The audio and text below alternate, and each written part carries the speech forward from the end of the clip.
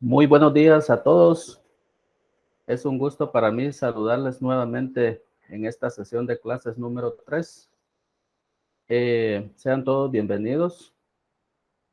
En esta semana pues vamos a compartir un nuevo tema de acuerdo a la programación y para el día de hoy pues vamos a tratar el tema de su curso de Economía Industrial, el paradigma de la economía industrial y la concentración de mercados. Para los que aún no me conocen, que posiblemente se han incorporado actualmente al curso. Mi nombre es Kevin Delgado y estoy aquí para servirles durante este semestre.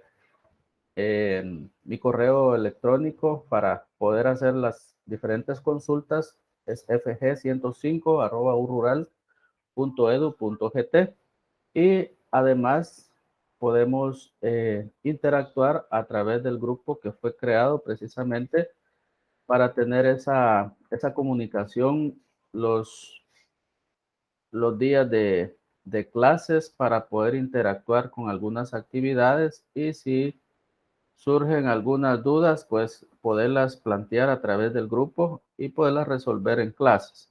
Entonces, vamos a dar inicio. Si hay alguna persona que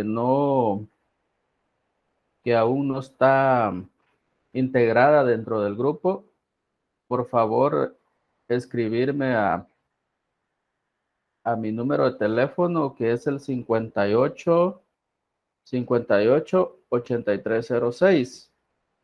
Y yo ahí les voy a compartir el enlace para que se puedan agregar a este grupo de WhatsApp. Para los que aún no se han integrado al grupo de WhatsApp, vuelvo a repetir, mi número es 58 58 8306 para que me escriban ahí en un privado y yo les comparto el enlace para que se puedan integrar. Entonces, bienvenidos todos y damos inicio a la sesión de clases de este día y me gustaría que estén atentos, una porque luego vamos a realizar, al finalizar, vamos a realizar una pequeña autoevaluación y aparte pues que es importante que pongan bastante atención porque de todo lo que se habla acá salen esas preguntas que vienen en su examen parcial. Entonces, yo les hago una autoevaluación y parte de esa autoevaluación, posiblemente algunas de esas preguntas vienen dentro de su examen parcial, ¿verdad? Entonces, es importante de que participemos, iniciemos participando con poner atención. Dos, hacer las actividades que hay preparadas para cada clase. El día de hoy pues tenemos dos actividades, tres actividades para hacer más interactiva la sesión de clases y no se me duerman.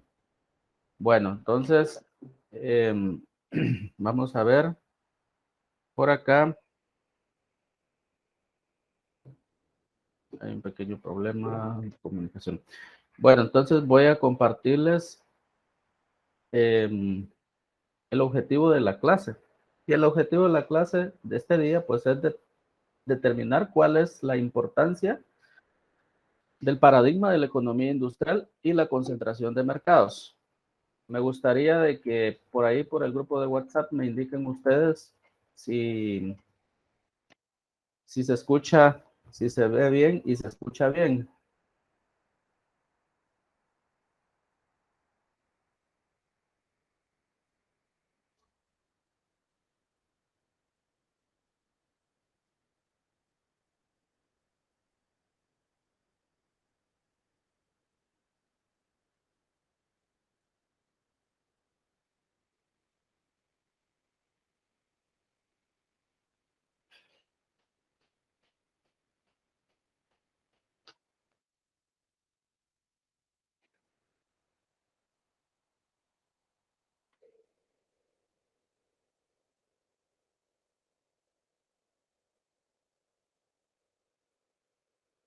Bueno, por ahí me dicen que se escucha bien. Entonces, tengo la certeza de que la comunicación pues es efectiva. Entonces, como les decía, el objetivo de la clase pues, es determinar cuál es la importancia del paradigma de la economía industrial y la concentración de mercados. Entonces, voy a empezar hablando de lo que es la teoría de la organización industrial y nos dice que la organización industrial es la parte de la economía que estudia cómo se organizan los productores, ¿verdad? En los mercados. Entonces, la organización industrial, la teoría de la organización industrial, es la parte de la economía que estudia la estructura y el funcionamiento de los mercados, en especial en los que se refiere a las empresas que actúan en ellos y al modo en el que las políticas públicas pueden influir sobre dicha estructura y su funcionamiento. Entonces, ¿qué quiere decir con esto? Que en algún momento, pues el Estado también tiene influencia en el quehacer de la empresa. Sus políticas pueden afectar directa o indirectamente a esa estructura de mercado y ese funcionamiento ese funcionamiento. Entonces, aquí es donde hablábamos la semana pasada, la parte de interventora del Estado en el mercado. Precisamente, pues es para regular algunas situaciones a las que le llamamos fallos de mercado, para que exista un equilibrio en el mismo, ¿verdad? Independientemente de, del tipo de industria al cual nos dirijamos, siempre el Estado de una u otra forma va a estar involucrado. Entonces, cuando hablamos de ese estudio, ¿cómo vamos a estudiar al mercado? Primero vamos a hablar de estructura, vamos a hablar de una conducta y vamos a hablar de resultados. La estructura, cómo está estructurada la industria, cuál es la conducta de esa industria dentro del mercado y qué resultados obtiene en el mercado de esas actividades que realiza en el mismo, las empresas. Entonces, aquí hablamos del paradigma de la economía industrial, también al cual le denominamos por sus siglas, sus iniciales, SR, que quiere decir estructura, conducta y resultados. Esta es el pilar de la teoría de la organización industrial y ha servido como punto de partida para analizar los mercados y las industrias. Sus precursores iniciales fueron Mason y Bain, lo cual la nueva economía industrial representa una metodología, una evolución metodológica como lo es la aplicación de la teoría de juegos, que más adelante veremos algo de teoría de juegos, al estudio de la competencia entre empresas, las técnicas econométricas para evaluar competencia de mercado, pero independientemente de todas estas evoluciones que han habido para estudiar al mercado, el instrumento principal y el que se ha utilizado siempre y se sigue utilizando en el tema de organización industrial sigue siendo el paradigma SR o el paradigma estructura, conducta y resultados. Entonces, como les decía, sus precursores iniciales fueron Mason en el 1939, y luego le sigue Bain, y este paradigma pues es considerado como el pilar de la teoría de la organización industrial y ha sido desde su concepción un punto de partida, ¿verdad? Como les decía, independientemente de otros instrumentos, este paradigma siempre se ha utilizado a la fecha. Entonces, y no solo en la economía, sino que también en los campos de gestión empresarial y control de gestión. Entonces, eh, el paradigma SR es uno de los puntos de partida, un punto troncal de los trabajos de Michael Porter, que hablábamos la semana pasada de las 5 fuerzas de Porter, y precisamente lo que Porter hablaba dentro de las 5 fuerzas es que se evaluaban los proveedores, se evaluaban los clientes, se evaluaban las barreras de entrada, se evaluaban los productos sustitutivos y otras cuestiones que se ven en el mercado, ¿verdad? Cómo los consumidores pueden tener cierto poder de mercado cuando tienen ese poder de negociación o al revés, los proveedores son quienes tienen el poder de mercado porque tal vez están bajo un mercado monopolista en el cual ellos tienen la decisión sobre qué precio ponerle los productos. De igual forma, bajo un ambiente monopolista, ellos también pueden establecer barreras de entrada para que otras empresas no ingresen a ese mercado en el cual se desenvuelven. Entonces, acá estamos hablando precisamente de conductas y esa conducta la evaluamos a través del paradigma SR.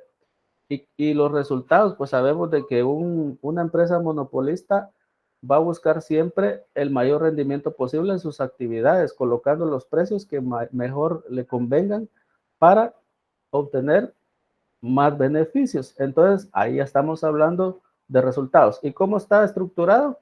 Ya lo decía, bajo un esquema de competencia imperfecta con un tipo de monopolio. Entonces, por eso hablábamos de que el paradigma SR se convierte en uno de los puntos de inicio de las teorías en este caso, de Michael Porter y sus 5 fuerzas del mercado, ¿verdad? Que está basado en premisas que derivan de este paradigma. Entonces, este paradigma, este instrumento no es más que un esquema, oigan bien, no es más que un esquema de análisis de mercados que permite una sistematización y articulación de los diversos aspectos relevantes.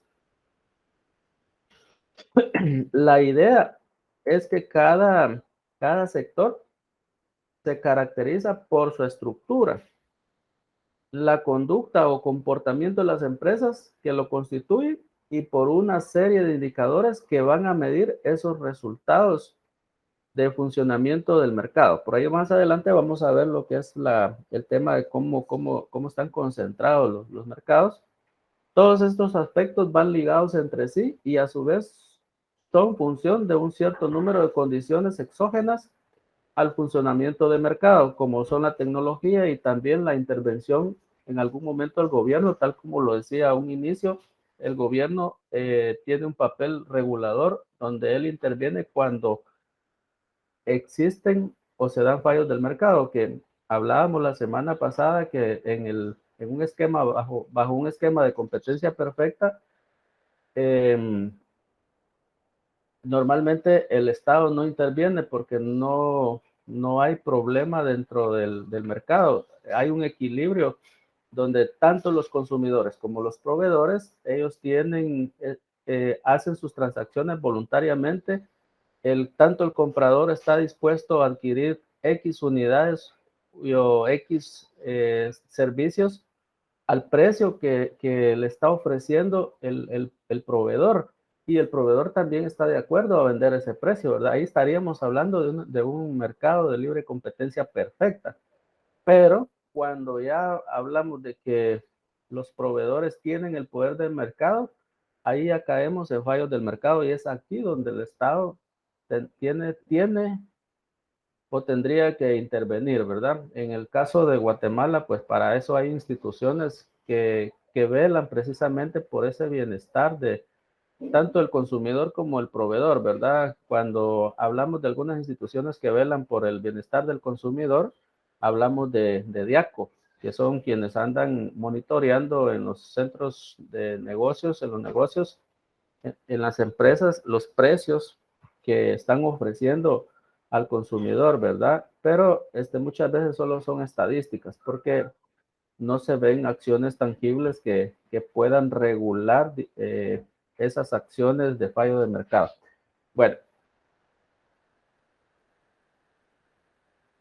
entonces, ya hablando de la estructura cuáles son las partes o los elementos que contiene el paradigma, ya lo hablaba a grandes rasgos, pero acá ya voy a hablar más detenidamente de cada uno de ellos, como es la estructura, que dice que esta contiene el conjunto de variables que son relativamente estables a lo largo del tiempo y que afectan al comportamiento de compradores y vendedores.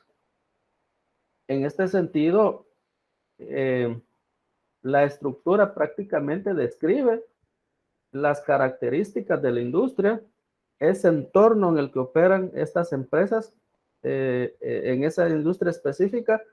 Por ejemplo, va a describir qué tan concentrado está el mercado, las barreras que pueden haber de entrada y de salida, la naturaleza del producto que se ofrece dentro de esta industria, de estas empresas, el grado de integración vertical, la existencia de contratos de exclusividad, entre otros.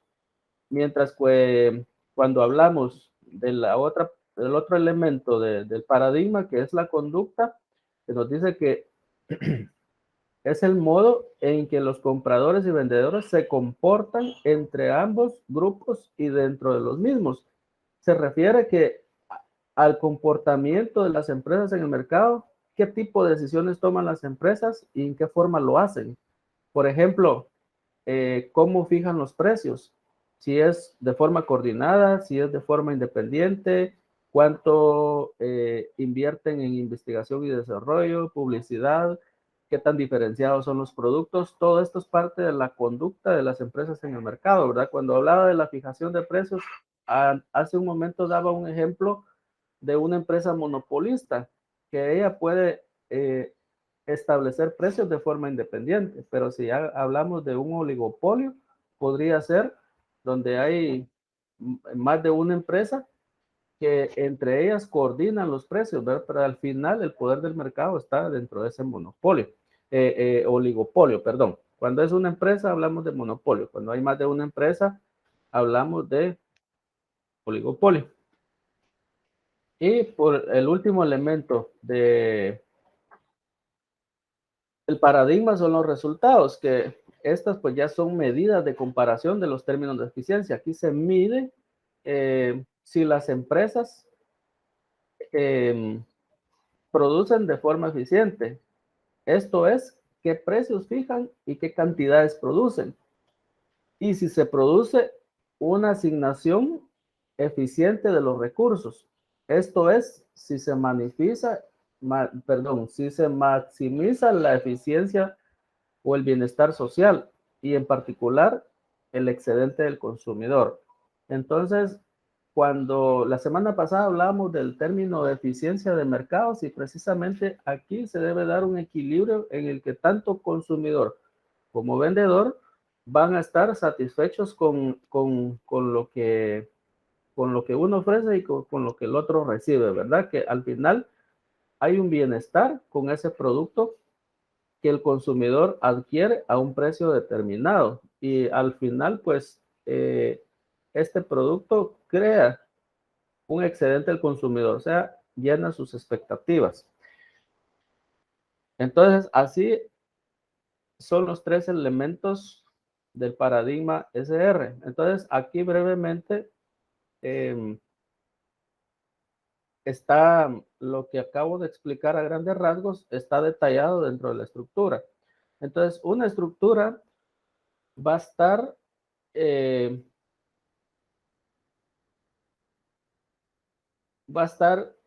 compuesta por números de compradores y vendedores. Va a definir el tamaño y cómo están distribuidas las empresas. Va a definir las condiciones que hay para entrar a ese mercado y las condiciones de salida. Entonces, aquí estamos hablando específicamente de la estructura. Más abajo vemos lo que es la conducta, cuánto produce, qué cantidades produce la empresa o va a producir esas decisiones que va a tomar sobre los niveles de producción y los precios, la inversión, esa adquisición de factores productivos, la publicidad, también esa inversión en investigación y desarrollo. Esto es parte de las conductas que van a tomar las empresas dentro de una determinada industria.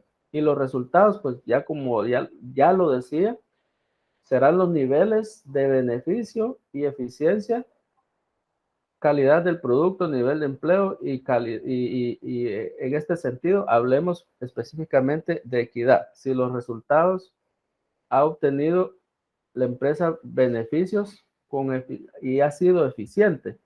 Si ha sido eficiente, entonces vamos a hablar de ese término equidad. Pero si solo la empresa de todas esas actividades desarrolladas solo ha obtenido más beneficios, pero que al otro lado el consumidor de una u otra manera ha sido afectado, no vamos a hablar de eficiencia, ¿verdad? Y no vamos a hablar que existió equidad. Entonces los resultados van a marcar si al final hubo eficiencia o no en el mercado.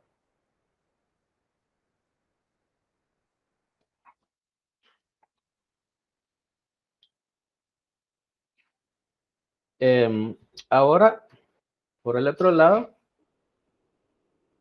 hablamos de las condiciones básicas de una industria, ¿verdad? Que está ligada a esa estructura, conducta y resultados.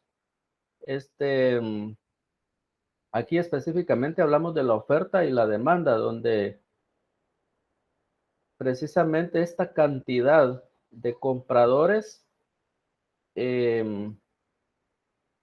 van a decidir qué dotación y calidad de recursos van a emplear dentro de la oferta, la tecnología productiva que van a utilizar, si van a producir en cantidades mínimas o van a producir ya van a aplicar economías a escala cuando producen una gran cantidad, y sabemos de que una producción a escala pues busca o precisamente minimiza los costos de producción cuando se produce a escala. No es lo mismo producir 5 pares de zapatos, comprar materia prima para 5 pares de zapatos, que comprar materia prima para 5,000 pares de zapatos. O sea, entre más producción se haga, los costos se van a ir reduciendo por cada unidad que se vaya incrementando. En este caso, aquí hablamos de economías a escala, ¿verdad? Por eso es que muchas veces miramos las pequeñas empresas y quizás no comprendemos ese concepto, que vamos al supermercado, seguramente vamos a encontrar una libra de arroz a 3 quetzales, aunque creo que vale más de 3 quetzales, y vamos a la tienda de la esquina y esa misma libra de arroz la vamos a encontrar en 3.25. ¿Qué sucede con esto? Que estas empresas compran por lotes de productos, eh, compran toneladas de arroz.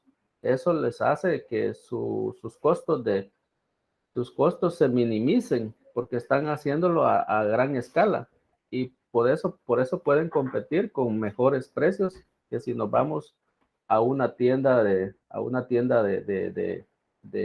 ahí del barrio o a una tienda del centro de la ciudad. Seguramente por eso encontramos precios diferentes, porque ellos compran a escala.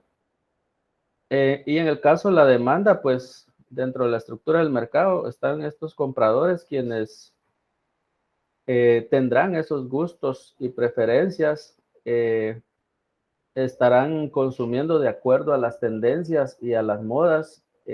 Aquí se evaluará la elasticidad de la demanda, si existen sustitutos o productos complementarios, ¿verdad? Que parte de eso, pues de ahí van a ser esas decisiones, de ahí se va a dar esa conducta y de ahí se van a obtener esos resultados, ¿verdad? Y por el otro lado, la intervención del Estado, ¿verdad? Sobre esa estructura, ya lo decía a grandes rasgos, que eh, la estructura de mercado puede ser regulada o intervenida por el Estado. De igual forma, la conducta que, que estos muestren, que esta industria o estas empresas muestren en el mercado, también puede ser regulada por por el Estado. Entonces, ¿qué puede regular el Estado? puede regular los precios. Les daba el ejemplo de una de las instituciones que a través del Ministerio de Economía monitorea los precios. Obviamente el Ministerio de Economía es el ente rector máximo de nuestro país, quien es el que vela por el quehacer económico. Entonces, a partir de la DIACO, ellos pues monitorean precios para ver si realmente se está vendiendo el precio justo, si no hay precios inflados, productos sobrevalorados. Entonces, aquí es donde el Estado viene y regula los precios. Aquí es donde el Estado tendría que evaluar a estas empresas que tienen características monopolísticas y buscar políticas que permitan esa libre competencia, que den la entrada a que otras empresas entren a competir al mercado, a competir con productos de calidad y mejores precios. Pero cuando hay un monopolio, eh, al final, si es el único productor, ahí terminamos comprando porque no tenemos otro, pero aquí es donde el Estado viene y regula tanto el precio y fomenta a través de políticas económicas una política de inversión extranjera que da la entrada a más empresas que puedan competir en el medio sobre un producto determinado. Hablemos del producto de la energía eléctrica. Muy pocas empresas prácticamente son las que prestan el servicio, entonces de una u otra manera ese servicio fue concesionado, pero está monopolizado. Entonces pagamos precios muchas veces exagerados y hasta abusos de una u otra manera, ¿verdad? Con estas empresas que nos proveen los servicios de energía. Hablamos de, por ejemplo, de los productos del cemento que en Guatemala está bastante monopolizado y aquí es donde el Estado debería regular esa parte y crear esas condiciones de competencia, libre competencia para que otras empresas entren a este mercado a competir y tengan las mismas condiciones para poder competir. Entonces, compraríamos productos del cemento, como el cemento, a un precio inferior al que se está ofreciendo actualmente en el mercado, ¿verdad? Y así les podría dar una variedad de ejemplos que ocurren en nuestro mercado nacional. El acceso y salida de los mercados, normalmente aquí hay ciertas barreras que se le imponen a las empresas que quieren entrar a competir sobre ciertas industrias dentro del mercado nacional, porque se le suben a los aranceles de importación. Muchas veces se establecen algunas no les proveen de las licencias que necesitan para establecerse en el mercado nacional y esas son barreras, al final son barreras artificiales que muchas veces las empresas que tienen características de monopolistas o oligopolistas se protegen a través del Estado, ¿verdad? Bajo esas condiciones legales que al final les proveen de un beneficio y mantenerse bajo las mismas características de monopolio o oligopolio. Entonces, la salida del mercado también muchas veces es complicada para las empresas porque se les ponen una variedad de barreras, ¿verdad? Entonces, las condiciones de servicios que prestan, la política de la competencia, obviamente en nuestro país no tenemos nada de eso y se ha perdido lograr diversificar nuestro mercado, poder establecerse en el extranjero, permitir mayor inversión extranjera. Hay cuestiones ahí que no hay una certeza jurídica en Guatemala también. Aquí ya hablamos del tema de los incentivos. Sí, aquí el Estado puede intervenir también a través de políticas fiscales. Algunas de ellas, pues, es la exoneración de ciertos impuestos a empresas que se establecen en Guatemala y que provocan una masiva contratación de mano de obra, por ejemplo, las maquilas y otras empresas que operan en la industria. gozan de algunos beneficios fiscales, ¿verdad? De algunas exenciones, precisamente es porque se necesita reactivar la economía a través del empleo de creación de fuentes, de más fuentes de trabajo, ¿verdad? Aquí el Estado también puede venir y crear una serie de políticas laborales que vayan en beneficio del trabajador, porque muchas veces sabemos de que las empresas también abusan del trabajador en el sentido de que lo explotan laboralmente.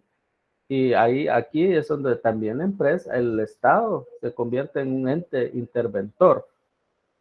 Políticas tecnológicas de fomento tecnológico, ¿verdad? Y como ya les decía, la política, crear políticas o crear entornos jurídicos e institucionales que haya una certeza jurídica para las empresas, que la inversión sea segura en nuestro país, y eso pues es parte de la intervención que debería tener el Estado dentro de los mercados, ¿verdad? Exceptuando lo que es una libre competencia donde se supone de que el mercado no necesita que el Estado esté eh,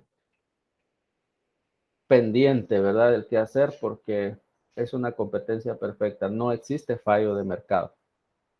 El Estado solo interviene únicamente cuando hay fallos del mercado.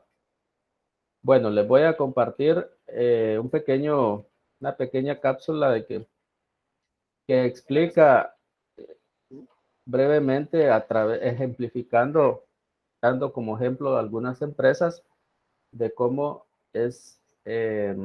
funcionan las estructuras del mercado. Bueno, entonces ustedes me van a indicar cuando ya esté el video si escuchan el video, si lo ven y lo escuchan.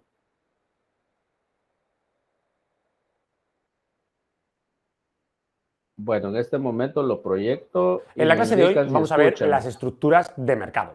Aquí lo importante es que entiendas que no todos los mercados son iguales ni funcionan de la misma manera. Y según se den una serie de características u otras, vamos a ver que el comportamiento de las empresas puede ser muy diferente.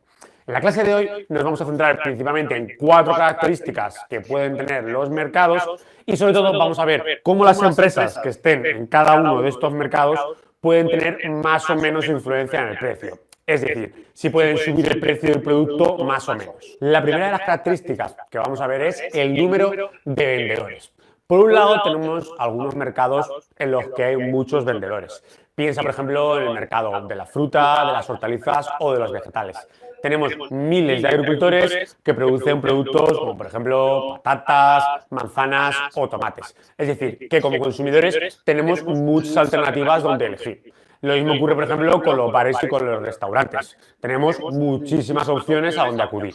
Sin embargo, esto no ocurre en todos los mercados, porque en algunos hay pocos vendedores. Yo te voy a poner algunos ejemplos y un ejemplo muy claro es el de los refrescos. En muchos países, prácticamente el 100% de los refrescos lo venden entre Coca-Cola y Pepsi. Por ahí hay que pensar que Coca-Cola y Pepsi son además los dueños de otros refrescos como Fanta, Nestí, 7up, Sprite. Por tanto, si compramos un refresco, prácticamente solo tenemos dos opciones. O compramos un refresco de la marca Coca-Cola o compramos un refresco de Pepsi. Algo parecido nos ocurre con los sistemas operativos de los ordenadores. No tenemos muchas alternativas donde elegir. Para que te hagas una idea, el 90% de las personas que usan un sistema operativo usan Windows de Microsoft. Es decir, prácticamente todo el mundo usa Windows. Y luego hay una poquita gente que usa Macintosh, el sistema de Apple, o algún otro sistema diferente. Pero si te das cuenta, no tenemos muchas opciones donde elegir.